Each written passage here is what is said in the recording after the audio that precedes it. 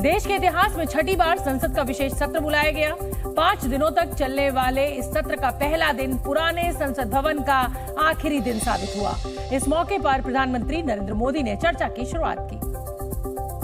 तो सदन में ऐसा दृश्य दिखा जो बीते करीब 9 साल में कभी कभार ही नजर आया हो। प्रधानमंत्री ने देश के लिए संसद और पहले प्रधानमंत्री नेहरू के योगदान को याद किया तो बीजेपी सांसद भी मेज थपथपाते नजर आए। बहुत सी बातें ऐसी थी जो सदन में हर किसी की ताली की हकदार थी, लेकिन शायद राजनीति उसमें भी आड़े आ रही है। नेहरू जी के योगदान का गौरव गान अगर इस सदन में होता है, कौन सदस्य होगा जिसको ताली बजाने का मन न करे। लेकिन उसके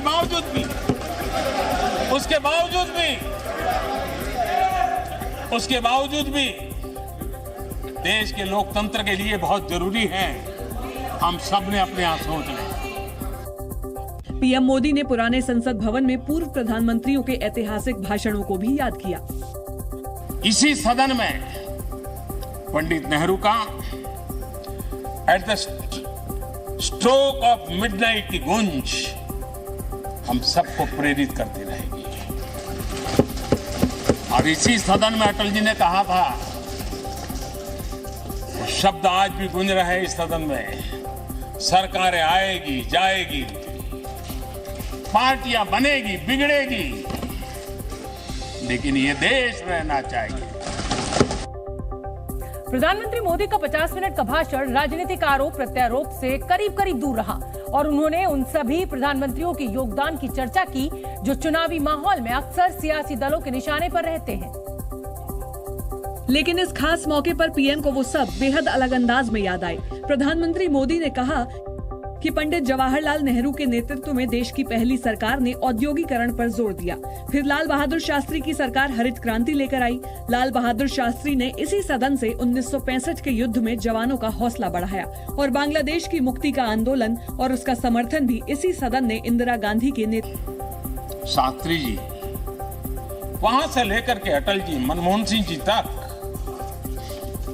एक बहुत बड़ी श्रृंखला जिसने इस सदन का नेतृत्व किया है और सदन के माध्यम से देश को दिशा दी है, देश को नए रंग रूप में ढालने के लिए उन्होंने परिश्रम किया है, पुरुषार्थ किया है। हालांकि इस दौरान कुछ ऐसे खट्टे मीठे लम्हे भी याद आए जो देश को लंबे समय तक टीस देती रही। इनमें संसद भवन पर हुआ हमला, वोट फॉर कैश प्रमुख रहा और इसी कड़ी में इमरजेंसी की याद भी आई। इसी सदन ने इमरजेंसी में लोकतंत्र पर होता हुआ हमला भी देखा था और इसी सदन ने भारत के लोगों की ताकत को एहसास कराते हुए मजबूत लोकतंत्र की वापसी भी इसी सदन ने देखी थी। लेकिन इन पहलुओं पर प्रधानमंत्री ने ज्यादा जोर नहीं दिया और सदन के उस अध्याय को भी पलटा जिसका एक सिरा क्रांतिकारियों से जुड़ता है। ये वो सदन है जहां कभी भगत सिंह, बटुकेश्वर दत्त, उन्होंने अपनी वीरता सामर्थ्य से अंग्रेज सल्तनत को जगा दिया था बम का धमाका करके। विशेष सत्र में चर्चा की शुरुआत करते हुए प्रधानमंत्री नरेंद्र मोदी ने सदन का हिस्सा रह चुके करीब 7,500 सदस्यों को तो याद किया ही, साथ ही वो उस लम्हे को भी नहीं भूले जब वो पहली बार संसद पहुंचे थे। उन्होंने सांसद बनने के बाद संसद भवन की सीढ़ियों पर मत्था टेकने के भावुक लम्हे को याद किया और पुराने संसद भवन के इतिहास की भी याद दिलाई। हम सब इस ऐतिहासिक भवन से विदा ले रहे हैं। आजादी के पहले ये सदन इंपीरियल लेजिस्लेटिव काउंसिल का स्थान हुआ करता था। आजादी के बाद ये संसद भवन के रूप में उसको पहचान मिली। पीएम मोदी ने पुराने संसद भवन के निर्माण में योगदान देने वाले देशवासियों को याद किया और यहाँ के हर पल को साझी विरासत और गौरव का पल करार दिया। ये सारी स्मृतियां हमारे साथ हम सबकी साझी स्मृतियां हैं ये हम सबकी साझी विरासत है और इसलिए इसका गौरव भी हम सबका साझा है। पुरानी संसद भवन की विदाई बेला में प्रधानमंत्री मोदी का भाषण भावुकता और पॉजिटिविटी से लबालब रहा और उन्होंने देश के काम के लिए खराब से खराब हालात में संसद के कामकाज में हिस्सा लेने वाले सभी दलों के सांसदों की तारीफ की। खासकर कोरोना के उस दौर में जब घर से कदम बाहर रखने में लोग डरते थे। हर परिवार में रहता था कहीं बाहर जाए तो मौत को बुलावा न दे दे। उसके बावजूद भी हमारे माननीय सांसद दोनों सदन में कोरोना काल के इस संकट की घड़ी में भी सदन में आए, अपना कर्तव्य निभाया। हमने राष्ट्र का काम रुकने नहीं दिया। पुराने संसद भवन को प्रधानमंत्री ने भारत के लोकतंत्र का स्वर्णिम अध्याय बताया और G20 की कामयाबी, इसके घोषणा पत्र पर सर्वसम्मति, चंद्रयान 3 की कामयाबी से लेकर विकसित भारत के निर्माण की तरफ बढ़ते कदमों का श्रेय संसद, देश और देशवासियों को दिया। इससे पहले संसद के ऐतिहासिक विशेष सत्र की शुरुआत होने से पहले प्रधानमंत्री नरेंद्र मोदी ने सभी सदस्यों से उमंग और उत्साह से इसमें हिस्सा लेने की अपील भी की और बीते कुछ दिनों में देश को मिली उपलब्धियों का जिक्र किया और बेहतर भविष्य का भरोसा दिया। और G20 में भारत इस बात के लिए हमेशा गर्व करेगा कि ग्लोबल साउथ की हम आवाज बने, अफ्रीकन यूनियन को स्थायी सदस्यता और G20 में सर्वसम्मति से डिक्लेरेशन, ये सारी बातें भारत के उज्जवल भविष्य के संकेत दे रही है। पीएम मोदी ने मून मिशन की कामयाबी से लेकर दुनिया में भारत के बढ़ते कद का भी जिक्र किया और विपक्ष से पुराने संसद भवन से विदाई और नए में प्रस्थान के वक्त पुराने तौर तरीकों को कुछ दिनों के लिए छोड़ने की अपील की। रोने धोने के लिए बहुत समय होता है, करते रहिए। मैं आशा करता हूं कि पुरानी बुराइयों को छोड़ करके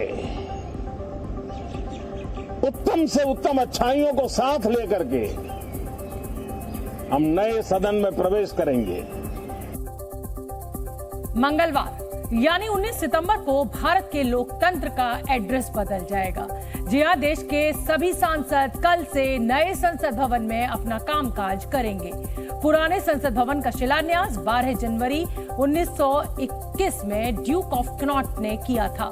तब इसे काउंसिल हाउस के नाम से जाना जाता था। यह खूबसूरत इमारत 6 साल में बनकर तैयार हुई और 18 जनवरी 1927 को तत्कालीन गवर्नर जनरल लॉर्ड इरविन ने इसका उद्घाटन किया। 9 दिसंबर 1946 को संविधान सभा की पहली बैठक हुई, जबकि 14 और 15 अगस्त 1947 की रात संविधान सभा में सत्ता का हस्तांतरण हुआ। 13 मई 1952 को संसद के दोनों सदनों की पहली बैठक हुई। इसके बाद 3 अगस्त 1970 को देश के तत्कालीन राष्ट्रपति वीवी गिरि ने संसद एनेक्सी का शिलान्यास किया और 24 अक्टूबर 1975 को उस वक्त की प्रधानमंत्री इंदिरा गांधी ने संसद एनेक्सी का उद्घाटन किया। 5 अगस्त 2019 को उपराष्ट्रपति एम वेंकैया नायडू और लोकसभा स्पीकर ओम बिरला ने नए संसद भवन का प्रस्ताव रखा, जिसके बाद 10 दिसंबर 2020 को प्रधानमंत्री नरेंद्र मोदी ने नए संसद भवन की आधारशिला रखी।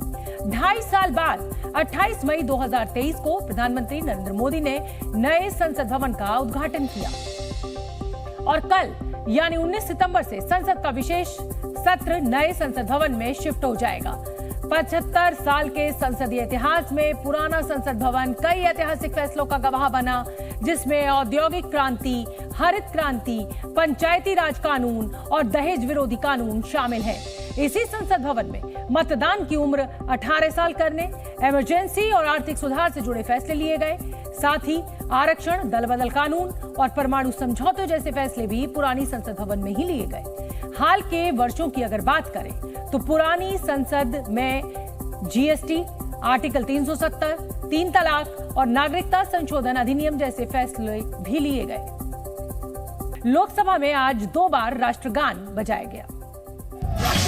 लोकसभा की कार्यवाही शुरू होने से पहले ही अचानक राष्ट्रगान बजने से सांसद दंग रह गए। इस मामले को टेक्निकल चूक बताते हुए स्पीकर ओम बिरला ने जांच कराने की बात कही है। यूपी के पूर्व डिप्टी सीएम दिनेश शर्मा राज्यसभा सांसद बन गए हैं। विशेष सत्र के पहले दिन दिनेश शर्मा ने राज्यसभा सांसद पद की शपथ ली। हरद्वार दुबे के निधन से खाली हुई सीट पर दिनेश शर्मा निर्विरोध चुने गए हैं। निर्वाचित हुआ। पत्रकार जेडे हत्याकांड के आरोपी दीपक दिलवीर सिसोदिया को उत्तराखंड एसटीएफ ने गिरफ्तार कर लिया है। पैरोल पर आया दीपक सिसोदिया पिछले 1 साल से फरार चल रहा था, जिसे नेपाल बॉर्डर से गिरफ्तार कर लिया गया। यूपी के सीएम योगी आदित्यनाथ ने आज गोरखपुर में मूक बधिर बच्चों से मुलाकात की। सीएम को अपने बीच पाकर मूक बधिर स्कूल के बच्चे खुशी से झूम उठे। वहीं बच्चों के उत्साह को देखकर सीएम योगी भावुक हो गए और उन्होंने बच्चों को गिफ्ट भी दिए। राजस्थान से कांग्रेस विधायक सचिन पायलट ने आज तेलंगाना के नामपल्ली विधानसभा क्षेत्र का दौरा किया। पायलट ने कहा, तेलंगाना में कांग्रेस की सरकार बनी तो जनता से किए वादे पूरे करेंगे। विशेष सत्र शुरू होने से पहले प्रधानमंत्री मोदी ने साफ साफ कहा कि इस छोटे सत्र में बहुत सारे ऐतिहासिक निर्णय लिए जाने हैं, इसलिए विपक्ष इस मूल्यवान सत्र में अच्छे सुझावों और पहल के साथ शामिल हो। और लोकसभा की कार्यवाही शुरू हुई तो स्पीकर ओम बिरला ने G20 से लेकर मिशन मून की कामयाबी की चर्चा कर सदन को उत्साहित भी किया। लेकिन जब विपक्ष के नेता की बारी आई तो सियासी छींटाकशी शुरू की। 1950 26 जनवरी ये चालू हुई थी हमारे संविधान इस देश में, लेकिन आप कहां से 75 साल के अमृतकाल ये लाया गया, ये मुझे समझ में नहीं आते हैं।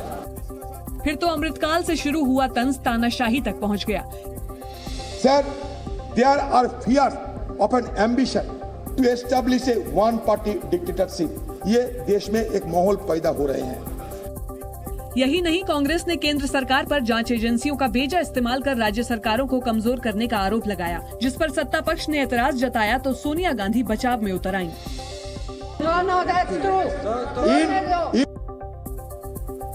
लेकिन बात यहां खत्म नहीं हुई।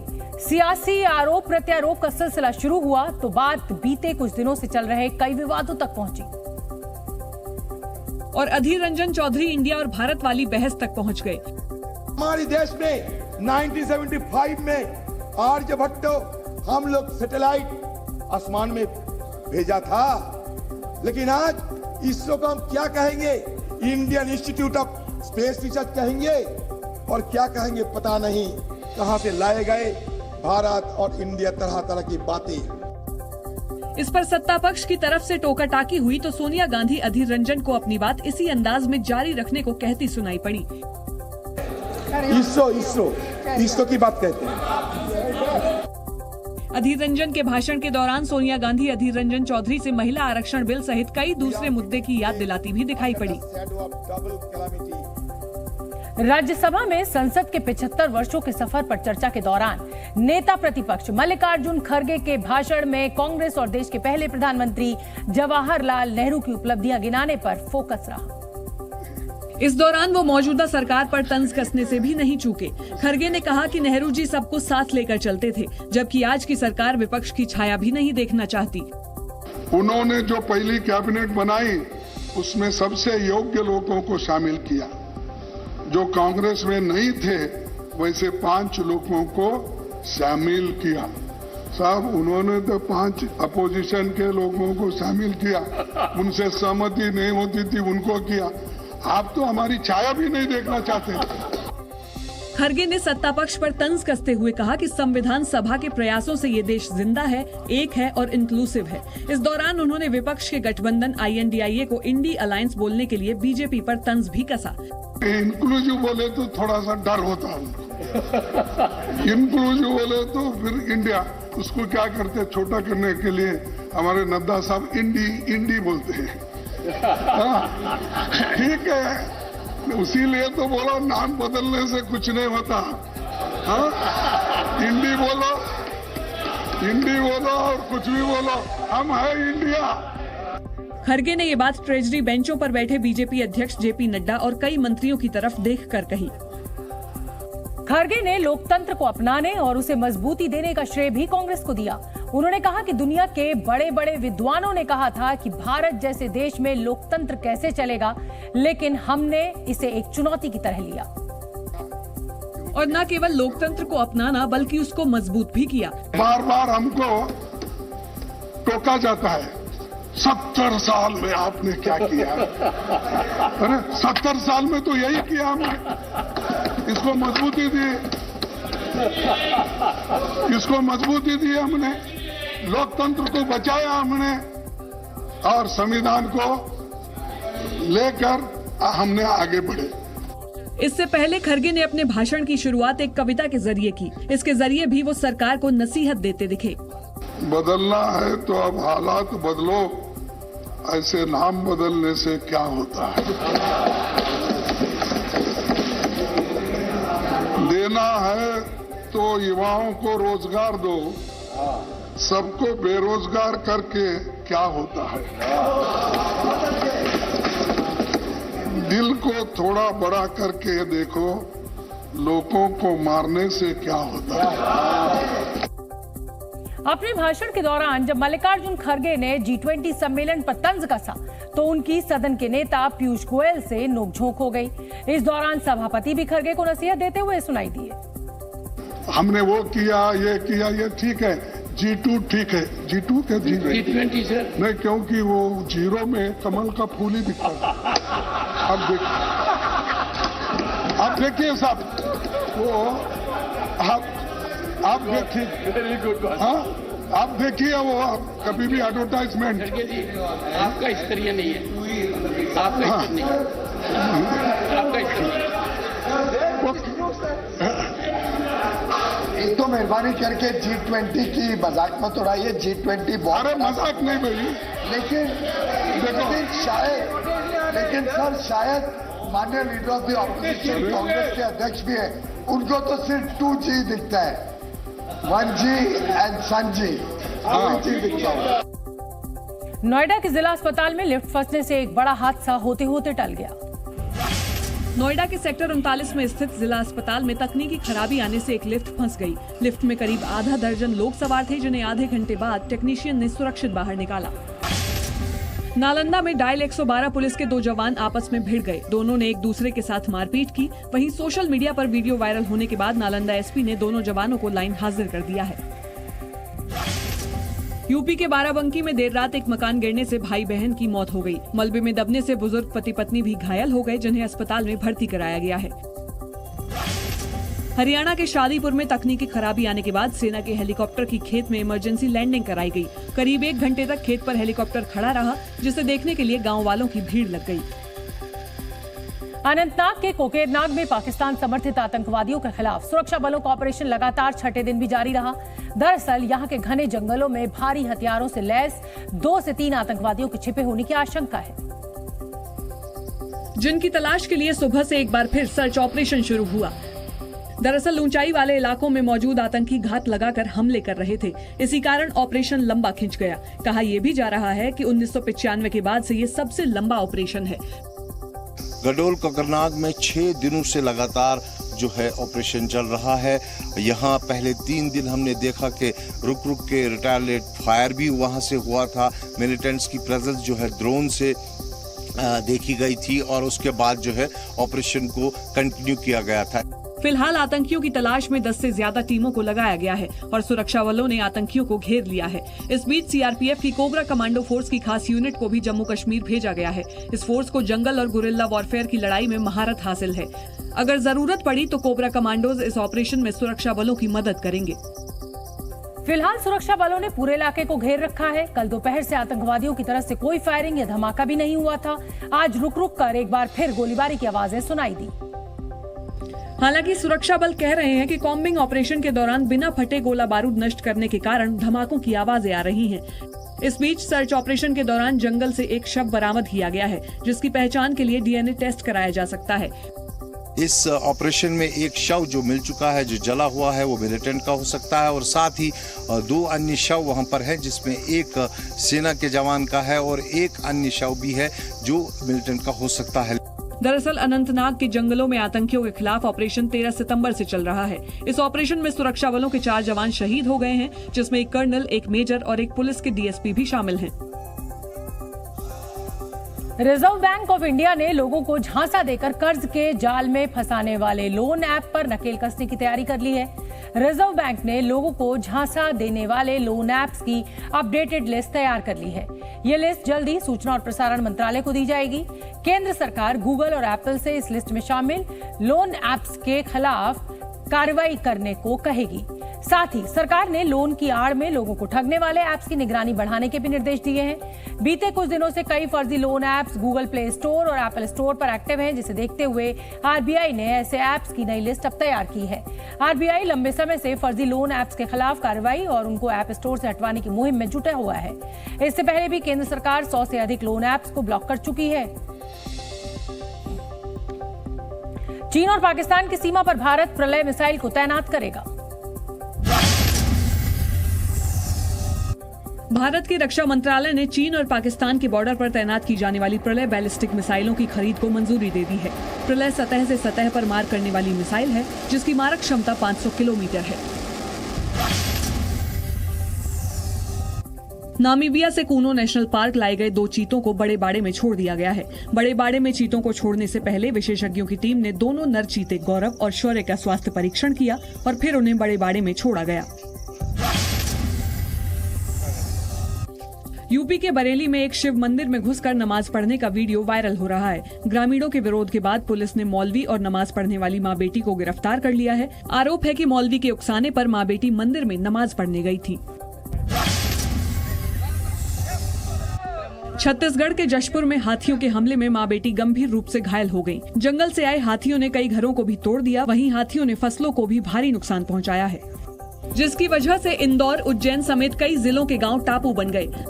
बारिश का सबसे ज्यादा असर उज्जैन में दिखाई दिया, जहां बड़नगर में पानी के बीच पिछले 3 दिनों से फंसे एक परिवार को सेना के हेलीकॉप्टर की मदद से निकाला गया। 3 दिन से ये लोग फंसे हुए थे यहाँ पर।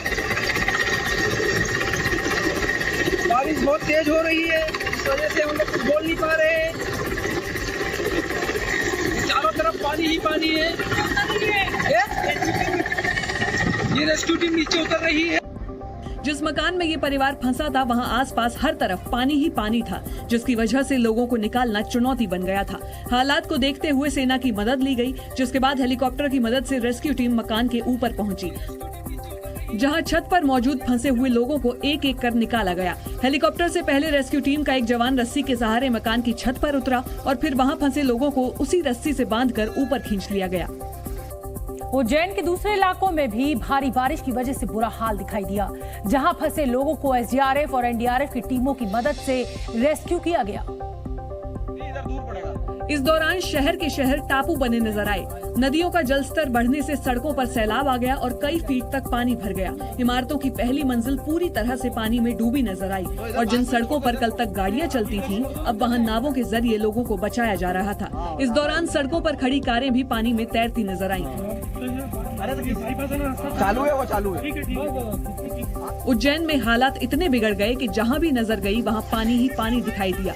सब्जी, राशन समेत जरूरी सामान पहुंचने में लगे ट्रक के पहियों पर भी ब्रेक लग गया। हर तरफ पानी भरने से गाड़ियों की आवाजाही पूरी तरह से बंद हो गई। वहीं कई ट्रक पानी में कई फीट तक डूबे दिखाई दिए। इस दौरान सड़क पर पानी ऐसे बह रहा था कि मानो कोई नदी तेज रफ्तार में बह रही हो।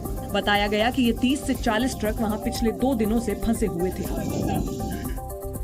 उज्जैन में भारी बारिश की वजह से शिप्रा नदी भी उफान पर आ गई, जिससे नदी किनारे मौजूद रामघाट और नरसिंह घाट के मंदिर पूरी तरह से पानी में डूब गए। और हालात ये हो गए कि पानी में डूबे मंदिरों के ऊपर लगे झंडे और उनकी गुंबद ही दिखाई दी। घाटों से निकलता पानी शहर की सड़कों में कई फीट तक भर गया और दरिया बने शहर में पैदल चलना तक मुश्किल हो गया। सब तरफ पानी ही पानी है और कईयों के मकान जो है वो डूबत क्षेत्र में आ गए हैं। उज्जैन की कई ऐसी कॉलोनियां भी हैं जो डूबत क्षेत्र में हैं। मध्य प्रदेश के धार में भी भारी बारिश की वजह से बाढ़ जैसे हालात नजर आए। मकान, दुकान सब पानी में डूबे नजर आए। लोगों के कमर के ऊपर तक पानी भर गया, जिसके बाद नावों के जरिए वहां फंसे लोगों और मवेशियों को निकाला गया। साथ ही वहां सभी स्कूलों की भी छुट्टी कर दी गई। मध्य प्रदेश के झाबुआ जिले में भी आसमान से बरसी आफत ने जमकर तबाही मचाई। पानी भरने से कई सड़कें टूट गईं और रास्तों का नामो निशान मिट गया। वहीं कई पेड़ पौधे भी टूटकर पानी में बह गए। भारी बारिश की वजह से वहां एक परिवार के 8 लोग भी पानी में बह गए, जबकि कई मकान भी क्षतिग्रस्त हो गए, जिससे वहां रहने वाले लोगों की मुश्किलें और बढ़ गईं। वहीं बाढ़ के पानी में बहकर आई गाड़ियां वहां बर्बादी की हालत में पेड़ में फंसी दिखाई दी। मध्य प्रदेश के खरगोन में 3 दिनों से हो रही बारिश की वजह से ओंकारेश्वर बांध के 23 गेट खोल दिए गए हैं, जिसकी वजह से नर्मदा नदी का पानी निचले इलाकों में घुस गया और 30 से ज्यादा इलाके पूरी तरह से पानी में डूबे नजर आए। महेश्वर इलाके में नर्मदा नदी के किनारे मौजूद मां अहिल्या किले में भी कई फीट तक पानी भरा दिखाई दिया। किले के अंदर और बाहर हर तरफ पानी ही पानी नजर आया। इस दौरान वहां मौजूद कुछ सामान भी पानी में तैरता हुआ दिखाई दिया। वहीं बाढ़ में फंसे लोगों को निकालने के लिए नावों का सहारा लिया गया, जिन्हें भारी बारिश के बीच मुश्किल हालात में निकालकर सुरक्षित जगहों पर पहुंचाया गया। ओंकारेश्वर बांध से छोड़े गए पानी की वजह से खरगोन जिले में नर्मदा नदी के किनारे बसे महेश्वर, बड़वाह और कसरावद की कई बस्तियों में भी सैलाब आ गया। लोगों के घरों, मकानों, दुकानों में पानी भरने से उनकी मुश्किलें बढ़ गईं। वहीं कई इमारतें भी भर-भरा कर गिर गईं, जिनका मलबा सड़क पर फैला नजर आया। मंदसौर में भी भारी बारिश की वजह से चंबल नदी पर बने गांधी सागर बांध के 10 गेट खोल दिए गए और निचले इलाकों में इसे लेकर अलर्ट जारी कर दिया गया। गुजरात के कई इलाकों में भी भारी बारिश की वजह से बाढ़ जैसे हालात पैदा हो गए हैं। वहां भरूच में नर्मदा नदी का जलस्तर बढ़ने से कई इलाके पानी में डूब गए, जिसकी ड्रोन से ली गई तस्वीर से वहां तबाही की कहानी दिखाई दी। जहां तक नजर गई वहां तक सिर्फ पानी ही पानी नजर आया। शहर की गलियां, सड़कें सब पानी में डूबी दिखाई दी, जिन्हें देखकर ऐसा लगा कि पूरा शहर किसी टापू पर बसा हो। नदी के ऊपर बना पुल भी डूबने की कगार पर पहुंच गया। नदी के किनारे की बस्तियां तो पूरी तरह से पानी में डूबी नजर आईं। वहीं शहर के अंदर की इमारतें भी पहली मंजिल तक पानी में डूबी दिखी। शहर के अंदर जहां तक नजर गई वहां कई फीट तक पानी भरा दिखाई दिया। जहाँ जहाँ पानी भरा था वो भी कम हो गया है। 5,700 people are shifted already. By and large, situation is under control. Bharuch में नर्मदा के खतरे के निशान के पार करने के बाद रेलवे पुल भी पानी में डूबने की कगार पर पहुंच गया, जिसकी वजह से कई ट्रेनों को रद्द करना पड़ा। वहीं सड़कों पर खड़ी गाड़ियां भी पानी में डूबी दिखी और बस्तियां पूरी तरह से बंधक बन गईं। सड़कों का नामो निशान मिटने से वहां पैदल चलना तक मुश्किल हो गया। भारतीय पेंटर अमृता शेरगिल की एक पेंटिंग 61.8 करोड़ में बिकी है। यानी आप समझ सकते हैं कितना सारा पैसा है। और इसके साथ ही इसने सबसे महंगी भारतीय पेंटिंग का नया रिकॉर्ड बनाया है। दिल्ली में आयोजित एक नीलामी में अमृता शेरगिल की पेंटिंग द स्टोरी टेलर के लिए 61.8 करोड़ रुपए की बोली लगी। आंकड़ों के मुताबिक किसी भारतीय कलाकार की पेंटिंग को मिली अब तक की सबसे बड़ी कीमत है। यानी अमृता शेरगिल की द स्टोरी टेलर सबसे महंगी भारतीय पेंटिंग बन गई है। इस नीलामी में अमृता शेरगिल के अलावा सैयद हैदर रजा, अकबर, पद्मसी, एमएफ हुसैन और वीएस गायनतोड़े जैसे कलाकारों की पेंटिंग्स भी शामिल थी। इससे पहले किसी भारतीय पेंटर की सबसे महंगी पेंटिंग का रिकॉर्ड सैयद हैदर रजा की जेस्टेशन के नाम था, जो 51.75 करोड़ रुपए में नीलाम हुई थी। अमृता शेरगिल का जन्म 30 जनवरी 1913 को हंगरी की राजधानी बुडापेस्ट में हुआ था और दिसंबर 1930 में महज 28 साल की उम्र में लाहौर में उनका निधन हो गया था। 6 वर्ष की उम्र से ही पेंटिंग शुरू करने वाली अमृता शेरगिल ने कई मशहूर पेंटिंग्स बनाई हैं और उन्हें 20वीं सदी के चंद महान पेंटर्स में गिना जाता है। यूक्रेन की सेना ने बखमुत के एक और गांव को रूस के कब्जे से छुड़ा लिया है। यूक्रेनी सेना ने रूस के कब्जे से गांव को छुड़ाने के बाद वहां झंडा फहराया, जिसका वीडियो अब वायरल हो रहा है। लीबिया में विनाशकारी बाढ़ से मरने वालों की संख्या 20,000 तक पहुंच सकती है। लीबिया के डरना शहर में डैनियल नाम के शक्तिशाली तूफान के बाद आई बाढ़ में कम से कम 891 बिल्डिंग तबाह हो गईं, जबकि हजारों लोग प्रभावित हुए हैं। फ्रांस में भारी बारिश के अलर्ट के बीच बवंडर का एक वीडियो सामने आया है। इस दौरान आसमान काला दिखाई दिया। बता दें कि फ्रांस के कई शहरों में मौसम विभाग ने भारी बारिश का अलर्ट जारी किया है। तुर्की के राष्ट्रपति रेचेप तैयब एर्दोआन ने न्यूयॉर्क में टेस्ला के सीईओ इलॉन मस्क से मुलाकात की। इस मुलाकात में एर्दोआन ने मस्क से टेस्ला की फैक्ट्री तुर्की में लगाने पर विचार करने की अपील की। नॉर्थ कोरिया के supreme leader Kim Jong Un 6 दिनों के रूस दौरे के बाद अब अपने देश लौट गए। इस दौरान रूस के प्राकृतिक संसाधनों के मंत्री और प्रिमोर्स्की के गवर्नर उन्हें विदा करने पहुंचे और रूस के पूर्वी इलाके प्रिमोर्स्की के रेलवे स्टेशन से उन्हें उसी गर्मजोशी के साथ रवाना किया गया जिस तरह किम जोंग उन का रूस में स्वागत किया गया था। प्रिमोर्स्की स्टेशन पर नॉर्थ कोरिया के तानाशाह किम जोंग उन की बख्तरबंद ट्रेन तैयार खड़ी थी, जिसकी रवानगी से पहले वहां मिलिट्री बैंड ने रूस के देशभक्ति गीत फेयरवेल ऑफ स्लावियांका के साथ दोनों देशों के राष्ट्रगान की धुन बजाई। इस दौरान रूस के मंत्री अलेक्जेंडर कोज़लोव और प्रिमोर्स्की के गवर्नर भी मौजूद थे।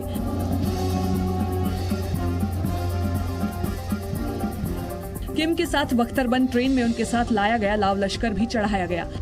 उनकी पावरफुल 62S लिमोजीन को बुलेट प्रूफ ट्रेन में लोड करने में खासा मशक्कत करनी पड़ी।